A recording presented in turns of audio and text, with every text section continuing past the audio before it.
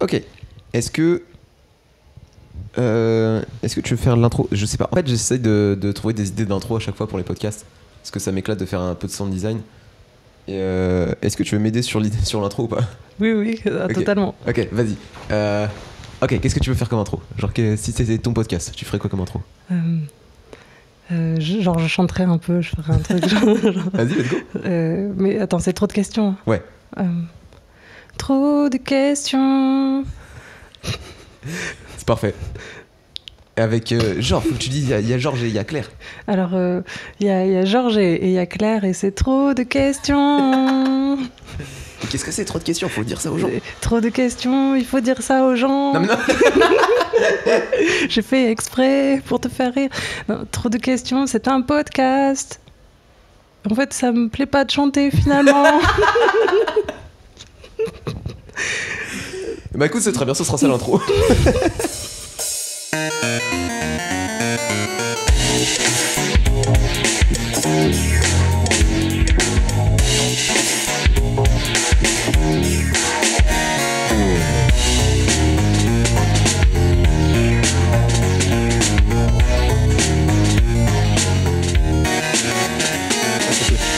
Ça me fait du travail. Moi, vraiment, ça me pèse les intros. À chaque fois, je vais faire un truc soit original, soit je veux parler des gens, mais à chaque fois, j'ai pas d'idée. Ça me saoule. Comment ça va, Claire? Oh, écoute, ça va bien. J'ai été ravi de discuter avec toi parce que on s'est croisés à l'anniversaire d'Alice et on est rentrés à 3h du matin ensemble et on a discuté de tout pendant 1 heure. Et c'était grave chambé. Oui, et tu sais, je me suis pas rendu compte que Alice, le lendemain, elle m'a dit, mais c'est loin, mais vous avez mis combien de temps? Et je lui ai dit, bah, je sais pas. Et dans ma tête, c'était pas si long. C'était pas 1 heure, quoi. Ouais. C'est passé très vite. Ouais, et c'était très très deep, très très vite. Et en vrai, c'était grave plaisant parce que je me dis qu'on a des visions de l'humour et de comment est-ce qu'on doit travailler tout ça très très similaires. Et ça m'a fait du bien de discuter avec toi. Cool. Et j'ai envie que les gens, ça leur fasse du bien de t'entendre parler de tout ça. Pas de pression, hein, pas de pression. Mais vas-y, est-ce que tu peux nous parler un peu plus de ton parcours? Ah, tu sais. J'ai roulé ma bosse. Ah, j'en ai fait des choses. Non, c'est vrai. Donc, je parle de mon parcours. Je fais ça de manière... genre, je suis née... Comme tu sens. Alors oui, c'est comme tu le sens. Non, alors j'ai fait du théâtre. J'ai fait un peu des études, j'ai fait du théâtre. Beaucoup de théâtre. Beaucoup de théâtre. Trop de Ça arrête théâtre. pas, oui, trop de théâtre. Parallèlement à ça, j'ai fait du slam, beaucoup de slam aussi. C'est vrai qu'on s'est croisés à quelques fois à des scènes de slam qui acceptaient quelques passages stand-up. Ouais. C'était il y a longtemps. Mais ouais, c'était il y a très longtemps. Et ça me paraît, et c'est drôle, j'ai l'impression que c'était un autre toi. Ah ouais? C'était le toit d'avant le campus, le toit, enfin je sais pas. Ah ouais? Mais non, mais c'est ça en fait, les rencontres. Ouais, je vois. Tu sais, petit à petit, t'as une version un peu plus précise de l'autre, quoi. Ah ok, oui, je comprends de ouf. C'est vrai que moi, tu me semblais genre quelqu'un, mais genre comme je te connaissais pas, c'était juste ok, c'est clair. Genre ouais, je vois ce que tu veux dire. Et du coup, slam. Du coup, t'as fait des scènes de slam en tant que slameuse? Oui. Ok. Oui, j'ai fait même ça avant tout, en vrai. Ma première scène, c'était une scène slam, c'était à Bonne Nouvelle, juste à côté du Comedy Club, c'est marrant, au De la Ville Café. Et donc, du coup, j'ai même joué à cet endroit où les gens jouent, là, où il y a une scène ouverte le dimanche, le Field. Voilà. Oui. J'ai joué là-bas, il y a très longtemps, Ah ouais? en 2008. En slameuse? J'avais fait du slam. Avec tous les humoristes, et toi, tu faisais du slam? Ouais, oui, c'était l'époque où il y avait encore des gens qui faisaient un peu de tout, quoi. Ok. Et donc moi, j'avais fait du slam. Putain, incroyable. Ouais, T'as c'est 2008. marrant. Ouais. Oh là là. C'est vrai que je me rends pas bien compte qu'il y avait déjà, tu sais, tout ce monde-là en 2008, qu'il y avait déjà, enfin, il y a des gens que je fréquente qui sont vraiment des vieux de la vieille. Bah Tu vois ce que je veux oui, dire? oui. Sans forcément être insultant de me dire, ouais, il y avait déjà toutes ces scènes ouvertes, il y avait déjà un peu de ces institutions qui étaient déjà en place, quoi. Ouais, carrément, c'est vrai, il y a des lieux, ils sont là, ils restent, c'est des piliers. Et le slam, moi, ça fait un peu ça dans ma vie, c'est que c'est toujours le même groupe de personnes qui organisent la même scène tous les lundis, Ouais. depuis, voilà, plus de 10 ans maintenant, et c'est trop rassurant de savoir qu'ils seront toujours là, Oui, tu vois. ouais, je comprends de ouf. Qu'ils tiennent et tout. Tu fais encore un peu de slam ou pas? Ouais, un petit peu de temps en temps. Ouais, parce que j'écris toujours de la poésie. Est-ce que t'as la même ambition avec le slam qu'avec l'humour? La même quoi? Ambition. J'ai pas... Non, le slam, j'ai aucune ambition. En fait, quand j'ai commencé à en faire, c'était vraiment pour le plaisir de partager des textes, de les dire. Excuse-moi, je veux bien que tu rapproches un tout petit peu le micro. Ouais, vas-y. Comme ça, c'est bien. Ouais. Ok. Ouais, donc du coup, je sais pas, le slam, c'était un endroit d'expérimentation de moi sur scène. Mhm. Mais enfin, en fait, c'est tellement un pilier en même temps. Enfin, je sais pas trop comment en parler de ça.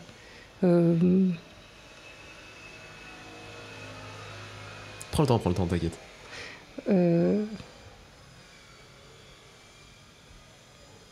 Non, mais je sais pas quoi dire. Ok. Faudrait que tu me poses des questions précises. Je sais pas quoi dire. C'est une meilleure question, genre, s'il te plaît. Non, mais je sais pas. Essaye de m'aiguiller. Ce que je veux dire, c'est. Genre, j'ai pas l'impression qu'on puisse en vivre du slam. Enfin, qu'il y ait très très peu de personnes avec ça. Concrètement. Ouais. En fait, c'est pour ça, moi j'ai l'impression que c'est un laboratoire, le slam. C'est un laboratoire de voir ce que ça fait, de dire des textes que tu as écrits, enfin, tu vois, devant des gens. Déjà, ça c'est un truc de fou par rapport au théâtre. Ouais, je vois. Parce que, bah oui, tu vois, forcément, parce que tu fais du stand-up. Et les gens du théâtre, tu vois, enfin, quand tu fais du théâtre, t'es confortable derrière un perso ou avec un texte que quelqu'un d'autre a écrit dans une mise en scène de quelqu'un. Enfin, il y a plein de choses que tu dois pas assumer. Ouais. Et donc le slam, pour moi, c'était la première fois que je ressentais ça, en fait. Okay. C'est pour ça que je pense que ça nourrit aujourd'hui ma pratique du stand-up. Parce que je suis déjà passée par ces choses-là un petit peu. Enfin, ces petits trucs de dire... Enfin, oh là là, je suis devant des gens, je leur dis... Enfin, tu vois, enfin, pas s'assumer, mais être aligné et venir avec... voilà. Mais est-ce que t'as le même retour quand... Est-ce que c'est possible de bider en slam? Oui. Ok. Ouais, j'ai déjà bidé en slam une fois. Comment ça se passe quand une scène de slam est réussie et quand une scène de slam échoue, je dirais? Pour tout le monde ou juste pour un passage? Non, je dirais juste pour toi là. Pour moi, la fois où j'ai échoué, c'est que tout le monde réussissait. Il y avait des sortes d'applaudissements, de trucs de waouh, waouh, waouh. Okay. Et quand moi je suis passée, j'avais un super texte, mais en fait, j'arrivais pas à le livrer. Okay. Et donc j'étais nonchalante. Donc j'étais pas du tout avec le public. Tu vois, j'étais dans une pudeur de waouh, j'ai vraiment tout mis dans ce texte. Et en fait, c'est très dur de le dire. Okay, je comprends. Et donc les gens, il y avait un effet c'était froid, quoi. Est-ce que c'est assez similaire quand tu crées genre des vannes pour du stand-up? Au niveau de l'écriture? Non, au niveau de comment tu vas vendre ça au public. Ouais. Okay. Ouais, parce qu'il y a vraiment un truc de connexion avec les gens. Mais là où on est libéré, c'est qu'il n'y a pas de résultat. Okay. Mais en même temps, tu sais quand t'as foiré. Ok. Tu vois, parce que tu te sens pas bien après. Tu te dis, ah, ok, ils ont applaudi, mais tu vois, ils ont pas applaudi de fou. Et puis, toi, sur scène, tu sens quand ça marche pas quand même. Ok. L'ambition que tu as avec le stand-up, comment t'es venue cette ambition-là? Comment tu t'es dit, vas-y, je veux faire rire, je veux que ce soit ça mon métier maintenant? Est-ce que c'est venu? Est-ce que c'était déjà genre toujours en toi? Est-ce que genre parce que je sais que tu as déjà eu un spectacle il y a quelques années, il me semble. Ouais, en 2018. Et que ouais, genre cette volonté de dire je vais monter seul sur scène, faire rire des gens, alors que tu as fait du théâtre, alors que tu as fait du slam, comment est-ce que tu dis ok, maintenant ça va être ça mon truc et je vais me mettre à fond dedans? En fait, c'était là depuis toujours et je faisais tout le temps rire mes amis. Enfin, il y avait toujours je me suis toujours échappée des situations en faisant rire les gens. Ça, j'ai beaucoup remarqué ça beaucoup dans ma famille, je faisais ça. Et donc, c'était comme quelque chose que les gens voulaient que je fasse aussi. Il y a plein de gens qui me disaient « Vas-y, mais va faire ça, mais tu devrais... » Même à l'époque de Ondar, il y avait des gens qui me disaient « Mais tu veux pas le faire, allez, Claire !» et tout. Et moi, j'étais là « Non !» Et je me sentais pas prête, je me sentais pas légitime. Je me disais « Mais non, c'est pas pour moi, c'est pas cette personne-là que je voudrais être. Moi, je veux faire des trucs tragiques. » Donc, j'allais au théâtre, voilà, je faisais Andromaque. C'est un truc qui m'a beaucoup marqué. C'était vraiment ma volonté. Je voulais être une autre femme. Ok. Tu vois, et en fait, ça m'a poursuivi. Et il y avait des jours, parce que j'ai fait des études, j'ai aussi fait une licence de théâtre à la Sorbonne. Et un jour, j'avais dû faire un entretien avec quelqu'un et je devais je sais pas, le retranscrire. Enfin, je devais expliquer l'entretien que j'avais fait à des gens de la Sorbonne qui étaient avec moi en cours. Et en gros, je les ai fait rire tout le long. Et ça s'arrêtait pas, ça rigolait. Et j'étais dans une sorte de candeur, j'étais dans une naïveté de pas comprendre ce qui se passait. Juste, j'expliquais l'entretien que j'avais fait avec quelqu'un et ce qu'il m'avait répondu. Et les gens hurlaient de rire. Ils se déshabillaient, m'envoyaient leurs vêtements, des fleurs. Ah, c'était fou. Non, mais c'était vraiment fou. Et je me rappelle que ma prof, c'était une metteur en scène et elle m'avait dit tu sais, là, ce qui s'est passé aujourd'hui, c'est pas rien. N'oublie pas ce qui s'est passé. Ok. Tu vois, et après, pendant longtemps, j'ai continué à faire du théâtre et à repousser ça. Et je me suis retrouvée encore un jour dans une pièce de théâtre un peu interactive où il disait venez raconter au micro vos pires expériences professionnelles. Et je suis montée, moi je dis oui, moi j'y vais. et je me retrouve là et je fais rire les gens en racontant mon expérience. Tu sais, je te parlais l'autre jour de quand j'ai bossé à Morino et que je faisais des glaces et que j'en mangeais et tout ça. Oui, ok. Et donc avec ça, je fais rire les gens. Et pareil, tu vois, je me dis... Est-ce que tu peux leur raconter cette histoire ? Te raconter ce que je... Attends. Mais en fait, parce que tu vois, moi j'ai la ref, mais... Oui, pardon. En gros, les amis. Non, mais j'ai travaillé à une époque pour Amorino, mais je vais te parler à toi, parce que du coup, là, j'ai l'impression que je parle à des gens qui sont... Fais comme si je connaissais pas l'histoire. Et si tu veux, on pourrait parler. Non, j'en parlerai pas. On viendrait me demander.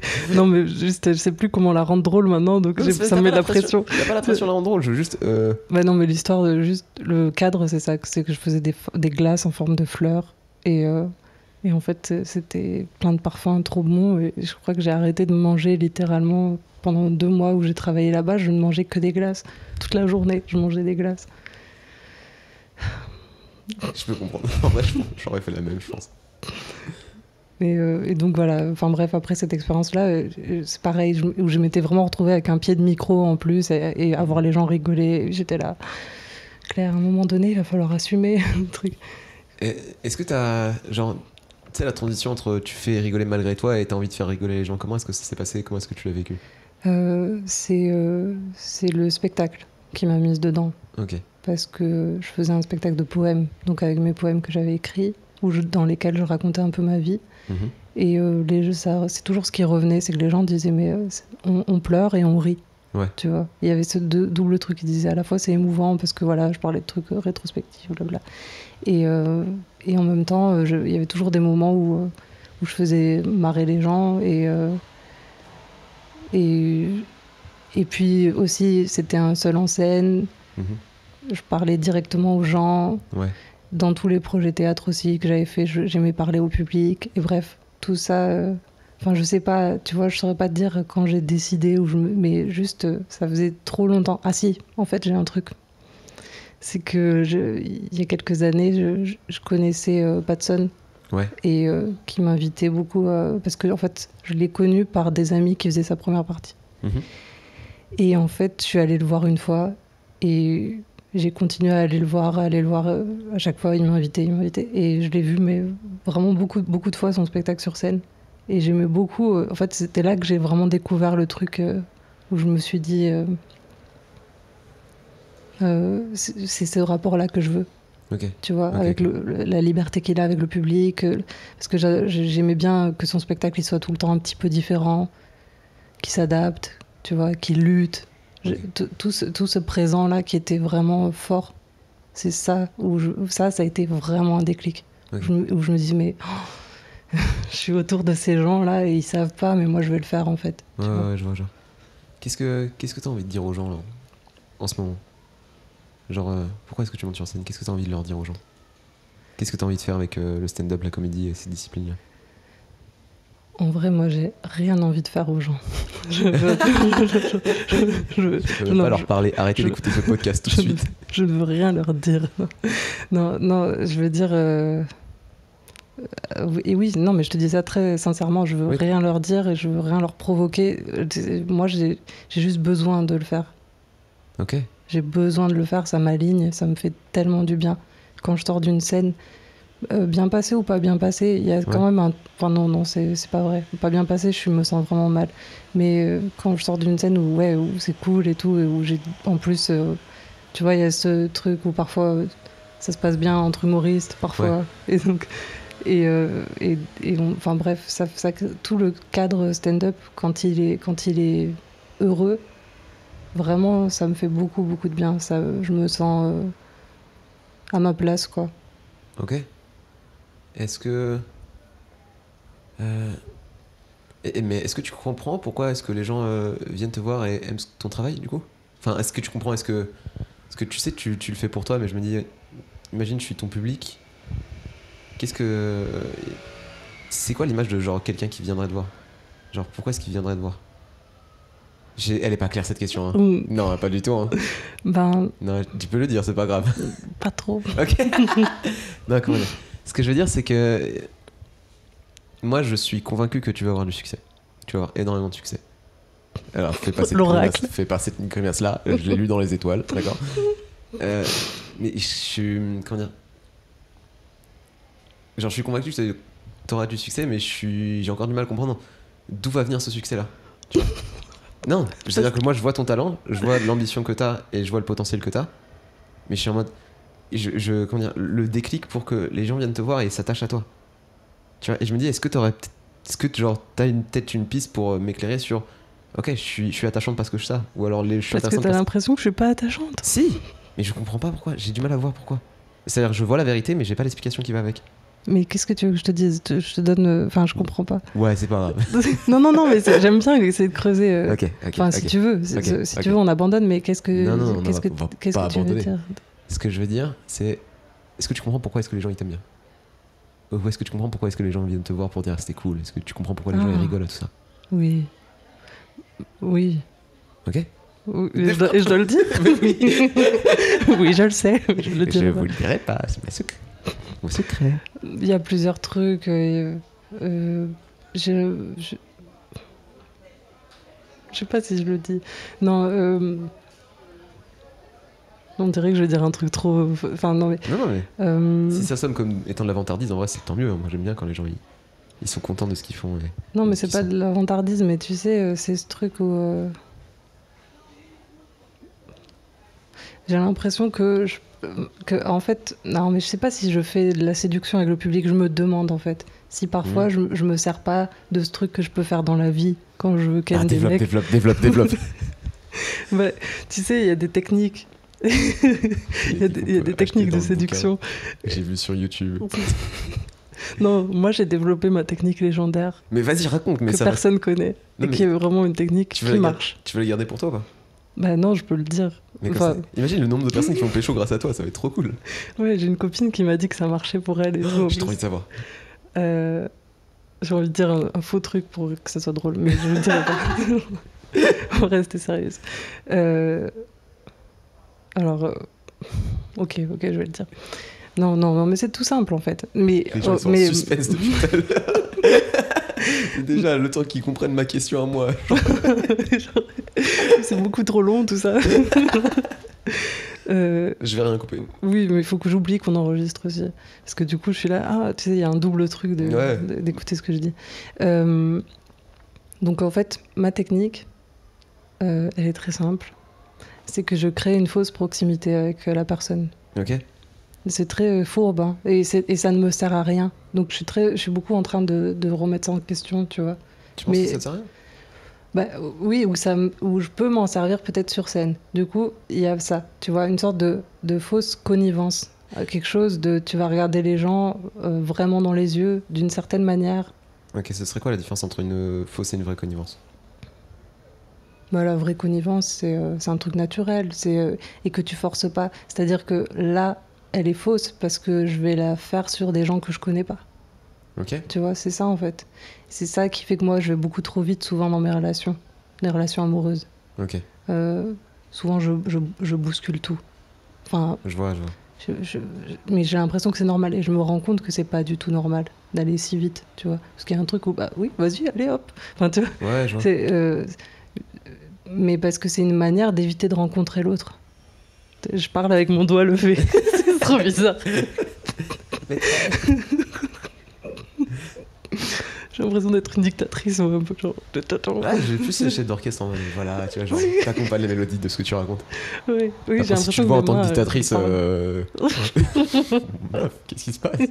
Pas sûr que ça. Non, parce que je te regarde avec le doigt, que je sais. Ok, c'est vrai que maintenant ça devient menaçant. Attends, parce qu'en vrai, il y avait plein de trucs intéressants. Je comprends le truc. Moi aussi, dans mes relations amoureuses, ça va très vite. Mais j'ai plus l'impression que parce que j'arrive à très vite cerner les gens. Et j'étais en mode, non, mais c'est bon, j'ai pas besoin de passer des tas et tas de dates à sortir, à discuter de ça. Je sais, je vois la personne que t'es, ça me plaît, c'est cool. Tu vois. Mais c'est vrai que c'est un peu déroutant que les gens sont en mode, non, frère, moi je te connais pas autant que toi t'as pu me voir, tu vois. Alors peut-être que tu te trompes, ou peut-être que je me trompe, Oui, tout ça de ça. c'est peut-être ça la vérité. Ouais. Peut-être que aussi, toi tu. Mais bon, après là je m'avance, mais peut-être que tu projettes des choses sur l'autre qui te plaisent. Ça, c'est le grand piège, tu sais. T'as quelques ingrédients de l'autre, t'as quelques signes qu'il t'a donné, et avec ça, toi, tu fais un gâteau, quoi. Et t'es là, oh, ce gâteau est merveilleux. Alors que peut-être c'est pas ce gâteau-là, en fait. Enfin bon, après, je fais des métaphores un peu cheloues, mais... J'adore les allégories avec de la nourriture. Genre, c'est vraiment le truc que je fais tout le temps. Mais je sais pas, moi, t'as une grosse probabilité pour que t'aies raison. Et moi, je le vois en tant que plus de... je vais essayer tout de suite de voir ce qui me plaît chez la personne. Mais que ce soit dans mes relations amoureuses ou que ce soit dans les gens que je rencontre, c'est que je vais essayer de voir directement soit les trucs qui me plaisent, soit les trucs que j'ai en commun avec cette personne, plus que essayer de voir la différence ou ce qui pourrait pas aller. Je trouve ça beaucoup plus intéressant de trouver des bonnes raisons d'aimer quelqu'un que de tomber dans la facilité de trouver des raisons de pas l'aimer.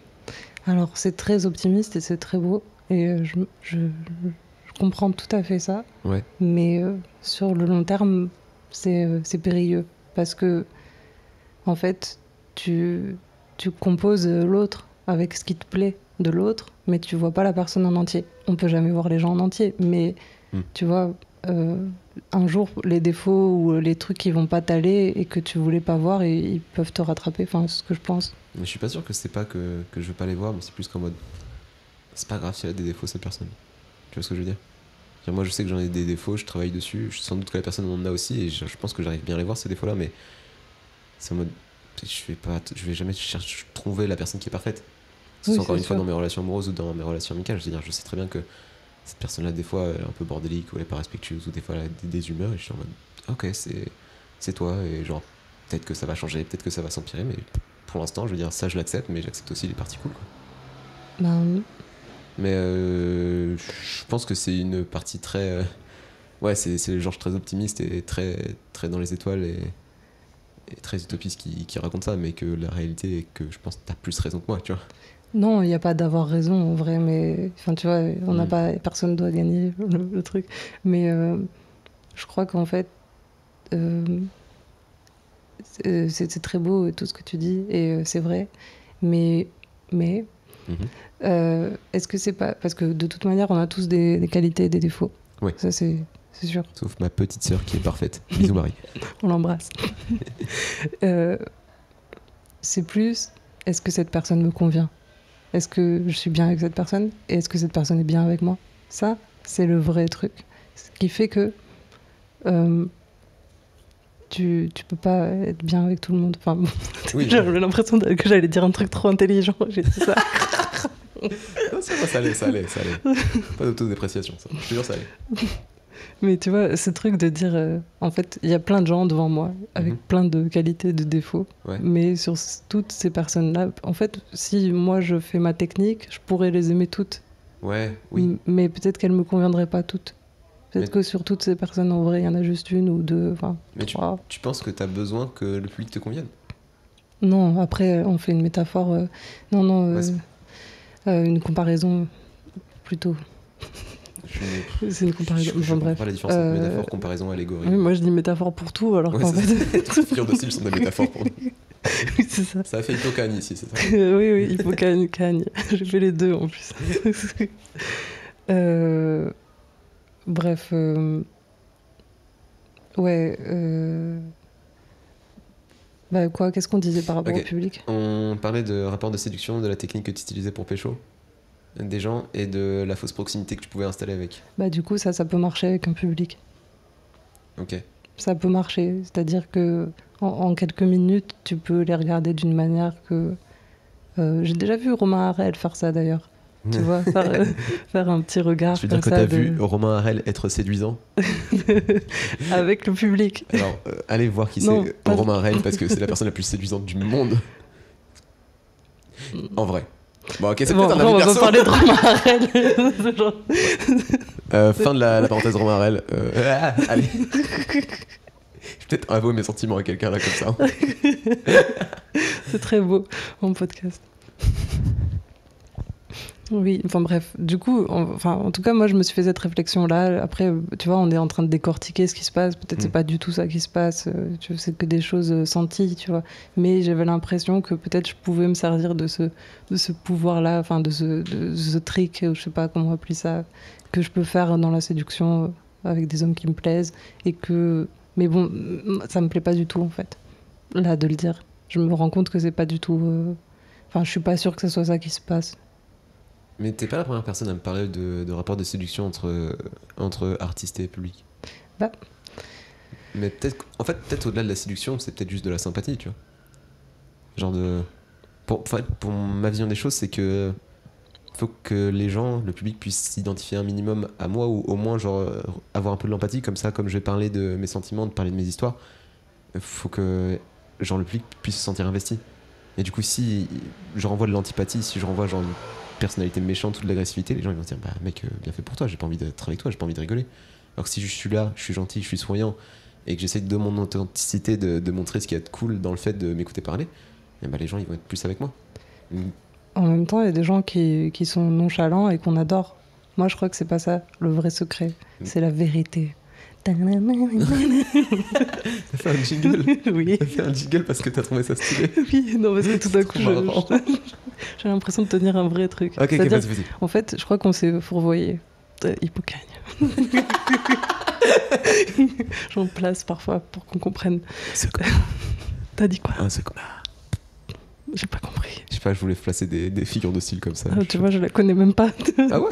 Et j'hésitais à aller sur ce terrain-là, mais moi, je suis nulle en tout. En grammaire, tout, mais je fais pas de faute, par exemple, tu vois. Ok.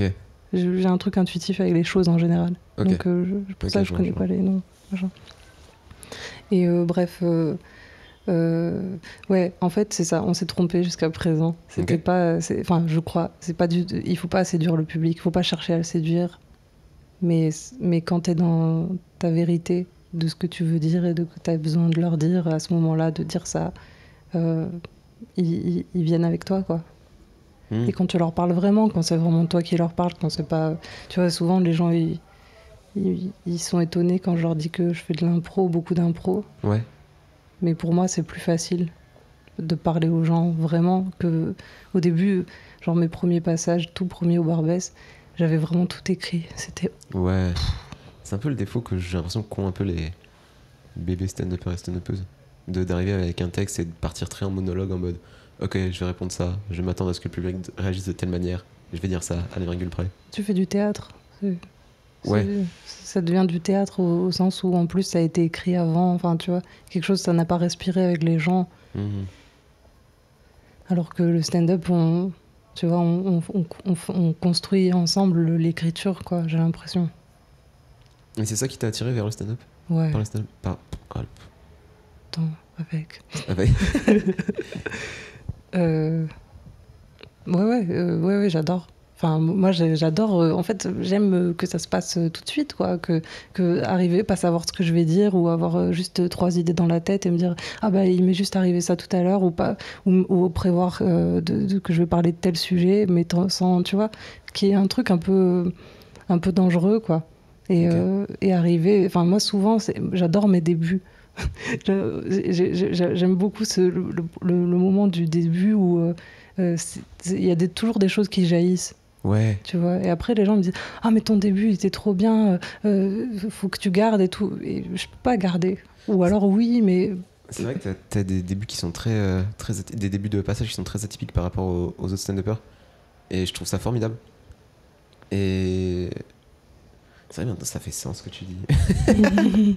Genre, elle a raison en fait, c'est cool de se faire ça en fait. Et genre le créer un début qui n'est pas préparé, qui est juste sur le moment, ça te permet d'ancrer l'instinct. Mais en fait, ça m'échappe tout le temps.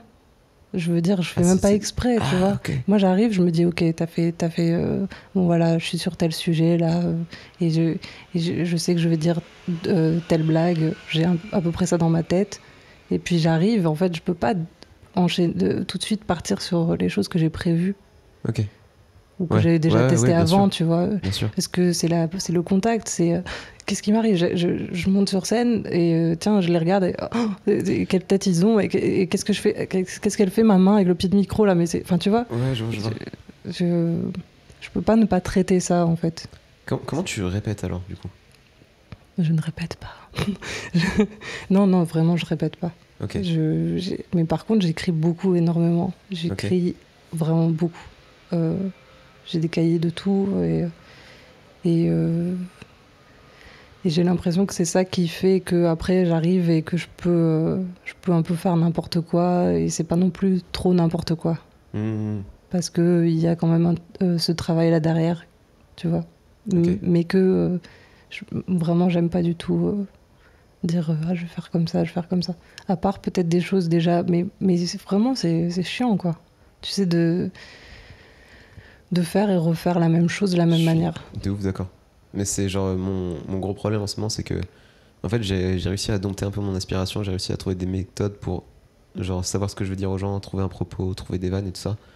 Sauf que j'ai jamais été quelqu'un de précis dans l'exécution de ma manière de faire les choses. Genre j'ai fait beaucoup de musique avant, mais j'ai toujours chié toutes les scènes de musique que j'ai fait parce que genre j'arrivais jamais à jouer 2 fois de la même manière et ça me cassait les couilles, tu vois. Ouais. Genre bêtement. Et c'est un peu l'objectif que je me suis donné pour la saison, là, pour le mois de. Enfin, pour automne 2020, T1.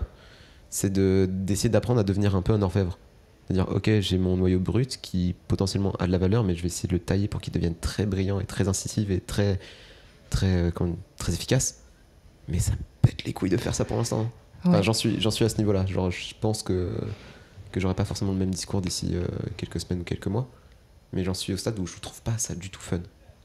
Peut-être que ça devient fun parce que à chaque fois tu le renourris de nouvelles choses. C'est pour ça que je me sers un peu du théâtre pour penser à ça.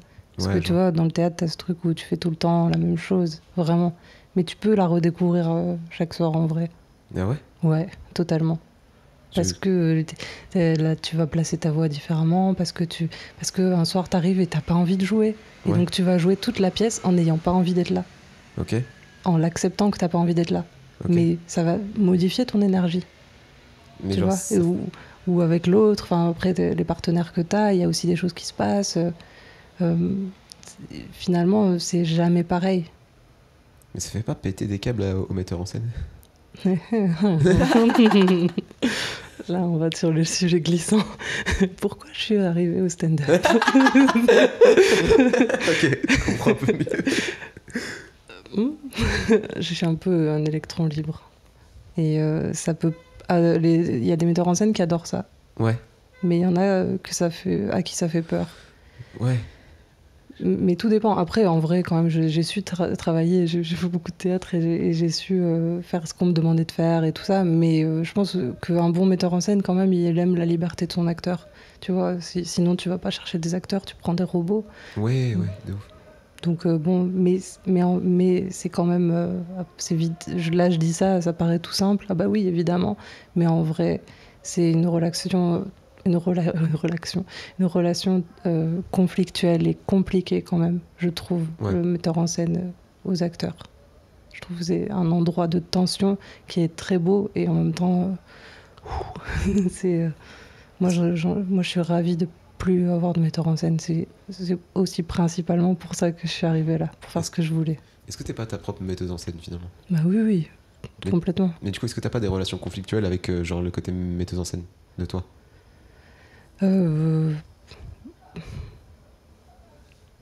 Genre, si t'es pas satisfaite de l'exécution de ce que t'as pu faire de quelque chose, genre, je sais pas si tu réécoutes tes passages ou pas. Si, je le fais tout le temps. Non, c'est juste ça m'apprend, quoi. Je me dis, ah bah oui, je comprends, tu vois. Okay. Mais en effet, je pense que peut-être c'est ce sentiment-là quand on sort d'un bide où on n'est pas satisfait, c'est peut-être ça, c'est peut-être le metteur en scène en nous qui est là. Je savais que ça pouvait aller ailleurs et j'y suis pas allée, tu vois. T'as pas ce sentiment après un bide de dire ah j'aurais dû le travailler autrement, j'aurais dû le travailler plus ce truc-là?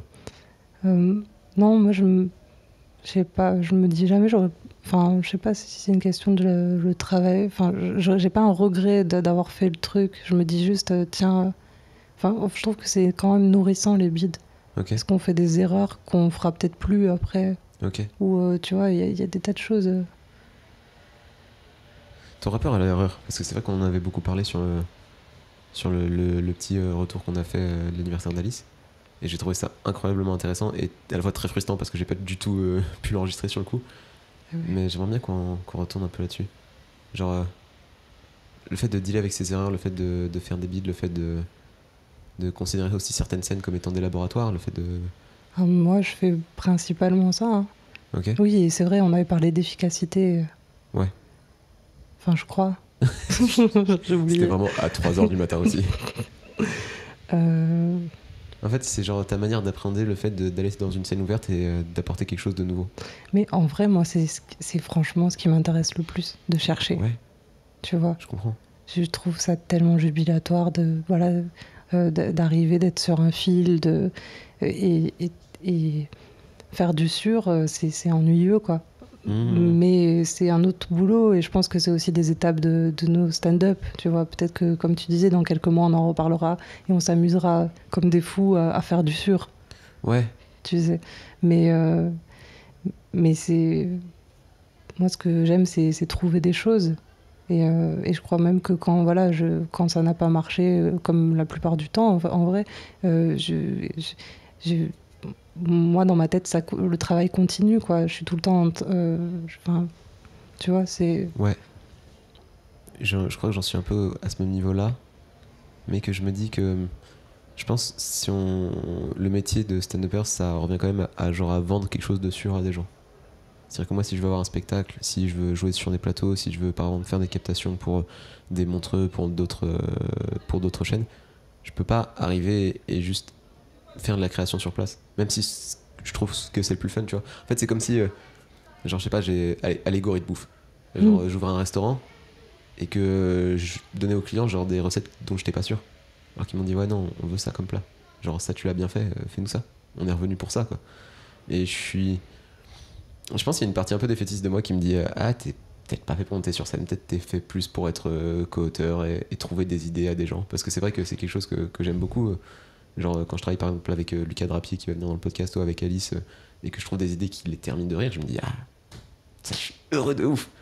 Et que ouais, arriver moi trouver des idées pour moi, essayer de les peaufiner. Et en même temps, je pense que c'est un fun que j'ignore encore. Parce que comme c'est pas quelque chose que je maîtrise, c'est pas une compétence que je maîtrise, bah je sais pas ce que ça fait de faire ça. Du sûr où tu t'éclates et tout. C'est comme je sais pas le kiff que ça pourrait me procurer de faire un salto arrière par exemple, vu que je l'ai pas travaillé. Alors que ça se trouve c'est très kiffant. Mais c'est juste ouais, genre tu veux faire un salto arrière, faut que tu fasses 100 sauts et tu vas te casser la gueule, peut-être te briser la nuque, tu vois. Mais c'est ça. En fait, tu vois, on a joué au Nul Blague Ailleurs là, c'était quand jeudi ? C'était jeudi dernier. Ouais. Et j'étais très gênée après les gens qui sont venus me dire des trucs. Ah ouais. Il y a 2-3 personnes qui sont venues me dire « Ah, ce que tu fais, machin », et rebondir, ou me donner un conseil, tout ça. Ouais. Et j'étais là, genre, mais en fait, ne me dites rien. Enfin, tu vois, au fond, je pensais ça. Je me disais, enfin, c'est toujours des moments un peu pénibles parce qu'il n'y a rien à dire. Okay. Des gens, pour moi, il n'y a rien à dire. C'est-à-dire, c'est pas abouti, c'est de la recherche. Ouais, moi, je suis en train de chercher des trucs, les gars. Oui, non, mais je comprends de ouf. Comment vous me dites, si tu fais de l'absurde ? Non, c'est pas absurde dans ma tête. Oui.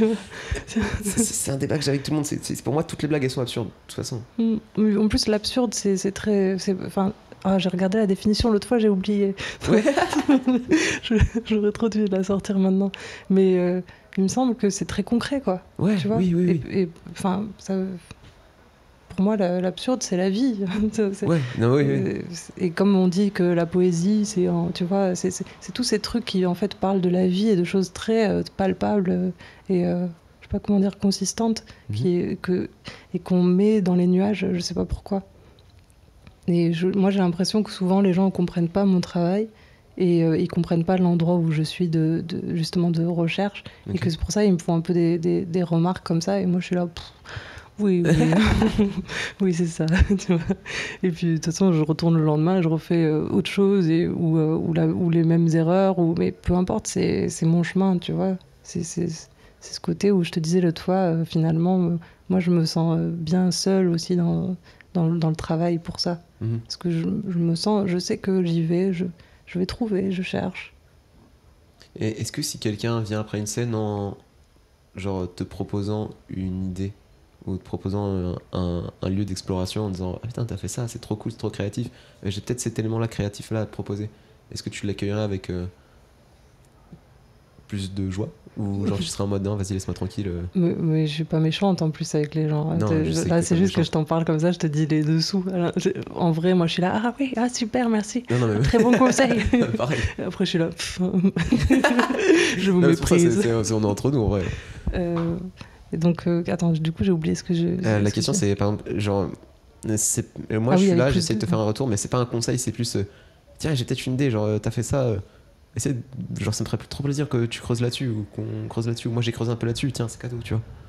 Bah, c'est jusqu'à présent, tu vois, je peux pas dire demain, peut-être qu'un jour ça va marcher, mais jusqu'à présent ces trucs-là, moi ça passe autour de moi et vraiment j'ai le sentiment que ça, pour l'instant jamais personne m'a rien révolutionné après un passage en me disant des trucs, tu vois. C'est juste c'est plutôt quelque chose, j'ai plutôt ce travail à faire d'oublier ce que les gens m'ont dit. Parce qu'en général, mais même je le prends pas trop en considération. À un moment donné, je rigolais beaucoup sur scène. Et à chaque fois, il y avait toujours 2-3 mecs qui venaient et qui me disaient par contre, il faut pas faire ça. Oui, oui. Mais et en fait, non, pourquoi, tu vois. Et enfin, je sais pas, il y a un truc où tu sais. En fait, moi, je suis moi. Ouais. Je suis sur scène, je suis moi. Si j'ai envie de rire, je rigole. Je veux pleurer, je pleure. Ouais. Tu vas faire quoi? Et ça te met mal à l'aise, c'est ton problème. Enfin, je veux dire, moi, je fais mon travail, je continue. Et là, je le fais beaucoup moins, en fait. Ou peut-être encore un peu, j'en sais rien. Mais ou peut-être que je veux. Enfin, je sais. Enfin, je sais pas comment dire. Tu sais, c'est ce truc, en fait. Voilà. T'as un ami et tu connais son grand problème. Et tu peux, ouais, non, si, je comprends. Et tu peux lui balancer à la figure son grand problème. Qui va le mettre dans une insécurité parce qu'il n'est pas du tout prêt à entendre ça. Ok, oui. Et que c'est pas son... Tu vois, c'est un peu bousculer le chemin des gens de faire ça, je trouve. Ouais, je comprends de ouf. Parce que peut-être les gens ont raison de dire ça, tu sais, mais c'est très facile de voir les choses à l'extérieur et de les balancer ensuite à l'intérieur. C'est que t'as pas tout le cheminement qui t'arrive à la conclusion et qui t'amène à pouvoir corriger ce truc-là. Si les gens ils t'arrivent directement avec la réponse et que tu l'as pas trouvé toi-même, c'est ce qu'on disait aussi. C'est que si les gens ils viennent te donner la réponse, tu dis ah fuck, tu m'as enlevé tout ce qu'il y avait de marrant à faire. Genre, c'est comme si on me donnait une boîte de puzzle et que en fait à la fin le puzzle il était déjà fait. Tu fais le fun il est où? Genre laisse-moi construire le puzzle, laisse-moi me planter, laisse-moi trouver les pièces quoi. C'est ça. Enfin moi je le vois beaucoup comme ça. Mais du coup est-ce que tu penses que les gens du public ou même les autres stand-uppers, stand-uppers te voient comment? Je sais pas trop. Je pense que chacun a une version différente à mon avis. Franchement... Tu voudrais qu'ils te voient comment alors? Non, je vais essayer d'être sérieuse. Franchement, en vrai, je m'en fous. Je crois que c'est ça la vérité. Je m'en fous complètement. Ok. Je veux pas qu'ils me voient d'une certaine manière. Je veux juste qu'on passe un bon moment ensemble. Et que je m'amuse et qu'ils s'amusent, tu vois. Et toi, tu le vois comment? Comment je me vois? Ouais. je m'en fous aussi. Moi, comment je me vois? C'est un peu flou. Je sais pas si je me vois. Hein. Tu sais? Est-ce qu'on sait qui on est? Moi, je me connais. Comment je me vois? Ça veut dire quoi? Comment je crois que je suis avec les gens? Non, moi, c'est une question que je me suis pas mal posée pour justement aider à comprendre la personne que j'étais. Parce que je me cherchais beaucoup, et comme genre, tu sais, j'ai des problèmes avec mes papiers, j'ai des problèmes du fait que j'étais en partie adopté, j'ai des problèmes avec le fait que j'étais élevé dans un milieu qui était assez blanc, fréquenté des milieux assez blancs, et pourtant je suis arabe, et pourtant je me sens un peu bien et accepté dans nulle part, dans aucun groupe qui pourrait me correspondre visuellement. Genre juste ce côté-là de, ok, j'ai besoin de comprendre qui je suis et j'ai besoin d'avoir cette connaissance-là sur moi, de voir comment est-ce que les gens me voient pour justement soit déjouer les attentes, soit justement pouvoir creuser là-dessus et être encore plus efficace. C'est-à-dire que je suis parti pas mal de fois demander à des gens qui m'étaient proches et des gens beaucoup moins proches en mode, ok, comment est-ce que tu me vois, quelle est la première impression que je te donne, genre toi qui me connais depuis des années, pourquoi est-ce que tu m'aimes bien, tu vois. J'avais besoin d'avoir ces réponses-là pour justement pouvoir avancer de manière genre à la fois plus sereine, à la fois plus efficace et à la fois aussi comprendre ce que j'avais envie de dire aux gens. Parce que c'est vrai que des fois j'écrivais, je comprenais pas pourquoi j'écrivais, des fois j'étais sur scène, j'avais des émotions, je les comprenais pas. Et ça me frustrait énormément de voir que tous ces trucs-là m'échappaient de mon contrôle. Parce que j'avais pas l'impression que c'était comme ça que je pouvais faire plaisir aux gens. Parce que moi, ma volonté, si je monte sur scène, c'est quand même de faire kiffer les gens, c'est à la fois pour moi parce que ça me fait plaisir, mais il faut parce que ça me fait plaisir, j'ai envie de leur faire plaisir. Et des fois je montais sur scène, j'avais envie mais ça me faisait pas plaisir parce que j'étais en perte de contrôle total. Et du coup j'avais besoin d'avoir plus d'éléments, plus de pièces du puzzle pour essayer de me construire. Du coup, si tu fonctionnes pas comme ça, je serais ravi de savoir et peut-être d'avoir de nouvelles pistes. Bah, pour moi c'est assez je sais pas en fait, je sais pas comment je fonctionne. Ok. Je trouve ça cool que t'aies pas besoin de le savoir. Mais ouais, ça me paraît fou, quoi. Enfin, je sais. Non, mais en fait, j'essaye de convoquer ça dans ma tête. Je me dis pas, tiens, je renvoie ça, tiens, tu vois. Ok. Après, en réécoutant, je me rends compte parfois, tiens, là, j'aurais peut-être fait peur. Ah oui, je comprends, là, c'était maladroit. Tu vois, il y a des trucs que tu comprends que t'as dit, qui sont pris d'une telle manière et tout. Mais je sais pas, moi j'ai un peu confiance en vrai. Enfin, tu sais, je me dis, bon, enfin, je sais pas si c'est le fait d'avoir beaucoup pratiqué dans d'autres disciplines artistiques. Ouais. Je sens l'endroit où je vais m'amuser. Okay. Tu vois, mais franchement, j'ai pas de réponse concrète à te donner. C'est pas grave. Comment je me vois. Enfin, ou si t'avais une question, j'en ai une autre pour. Je sais pas. Non, c'est pour causer. Comment. Mais du coup, t'arrives quand même à rentrer dans potentiellement des jeux de séduction ou des jeux de ouais, je veux plaire et tout ça, que ce soit genre sur scène, que ce soit dans tes relations, tout ça, juste en ayant pleinement confiance, en disant ah ok, j'ai confiance, ça va se passer. Ah non. Non, il y a plein de moments où je suis complètement à côté, où je me sens pas bien. Il y a plein de moments très maladroits, mais en fait, j'accepte tout. Enfin, au fond, j'accepte. Je crois que c'est ça. Je me dis pas, ah, je devrais être autrement. Je me dis, ah, tiens, je me sens pas bien, je suis ultra timide aujourd'hui, j'arrive pas à demander du pain. Il y a des fois, souvent, moi, le truc qui m'arrive souvent, quand je dis mon prénom aux gens, ils comprennent pas. Parce que je dis Claire, ou je sais pas. et j'arrive même pas à le refaire. Comment, tu sais, c'est un état, parfois, qui est souvent. Et je jongle entre ça et des moments où je m'amuse et où je sais pas, tout est facile, je parle à tout le monde. Voilà, je dirais, je suis entre ces deux trucs, mais entre ces deux attitudes-là. Mais tu vois, j'ai l'impression que c'est tout le monde pareil. Parfois c'est facile, parfois c'est moins facile. Parfois on a peur de tout. Ouais. Parfois tout est. Je pense qu'il y a des fluctuations et tout ça, mais moi en tout cas, je me dis ça quand je vais sur scène, et je crois que je l'ai beaucoup appris dans le théâtre, tu vois aussi, et dans le slam évidemment, mais ce truc de faire avec l'énergie que t'as du jour, et puis parfois même tu n'arrives pas à être conscient de ce qui t'arrive, et c'est souvent là que ça marche le moins bien.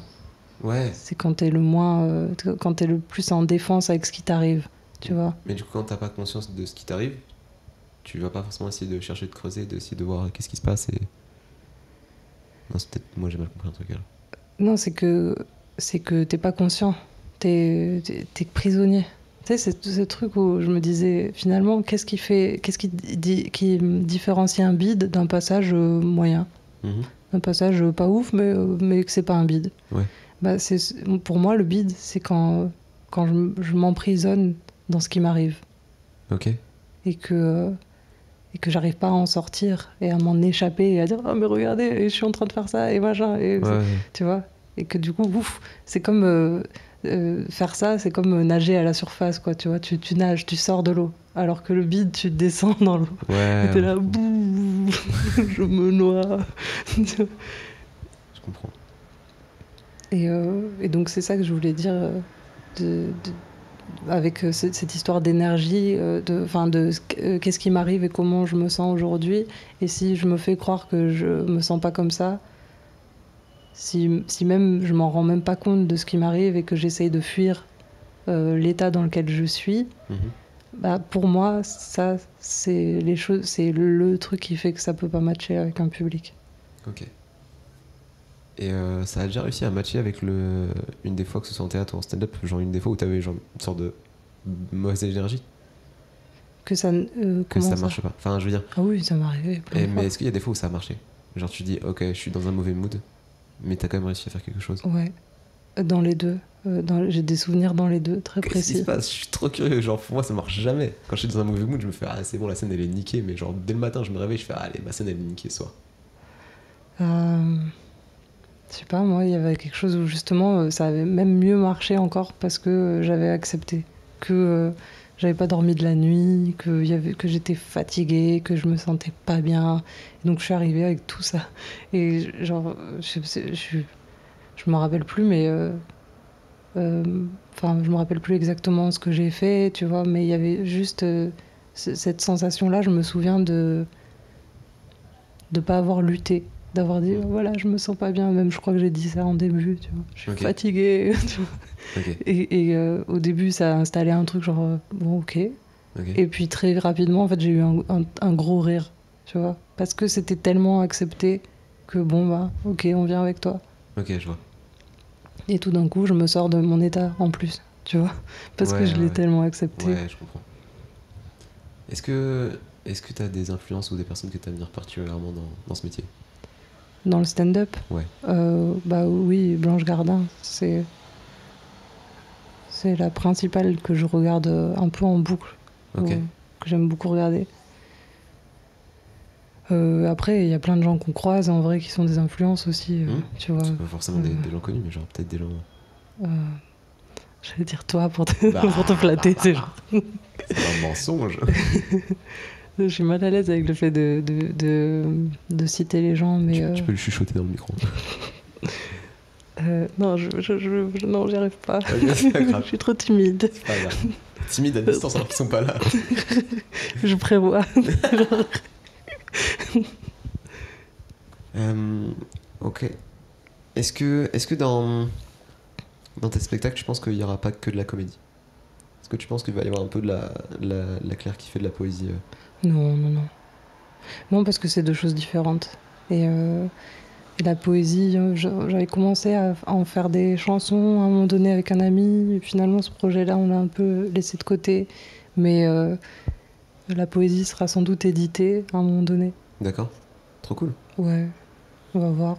Mais c'est un vrai truc solide à côté, tu vois. Et donc peut-être un jour, je referai un spectacle de poèmes où je dirai mes poèmes. Ok. Ça, j'aimerais. Mais oui, pour moi, c'est deux... En fait, les deux se nourrissent l'un de l'autre et donc je mixerai pas les deux. Parce que, en fait, dans la poésie, il y a des trucs drôles. Dans le stand-up, il y a des trucs aussi, je sais pas comment... intenses et sensibles. Enfin, je sais pas comment définir la poésie, tu vois. Mais pour moi, dans les deux, il y a quelque chose qui se répond. Parce que de toute façon, c'est moi derrière. Donc je mets de moi dans les deux. En fait, c'est ça. Tu vois. Donc forcément, dans mes poèmes, il y a des moments qui sont un peu rigolos aussi. Ouais. Est-ce que tu penses qu'il y a un autre domaine qui pourrait t'attirer que t'as pas encore exploré?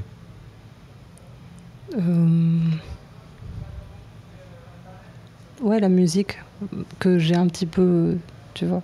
Ok. Ça reste quelque chose, j'aime bien. Mais c'est, en fait, à un moment donné, il faut aussi, tu vois, mettre ton énergie à un endroit. Ouais.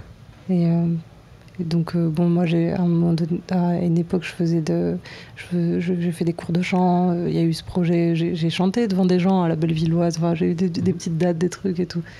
Mais c'est beaucoup d'énergie, c'est beaucoup de travail. Il faut faire des choix.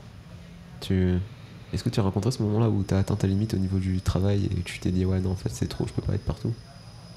Ouais, c'est plus... Oui, c'est pas que je travaille trop, mais que... Pour l'instant, en tout cas, cet équilibre-là, il me va bien. Tu vois, je fais des allers-retours avec la poésie et le stand-up. Parce que j'écris toujours, tu vois. C'est un travail quotidien que je fais. Et je trouve que c'est bien, ça s'équilibre. En plus, c'est un travail d'écriture, donc en vrai, ça m'aide aussi beaucoup pour le stand-up. Ouais. Parce que ça fait naître beaucoup de choses. Moi, je fais beaucoup d'écriture automatique. Ouais. Et donc, tu trouves aussi des vérités de toi, surtout, tu vois. Donc, il y a des choses... voilà, ça se rencontre, quoi. Cool. Merci, Claire. De rien.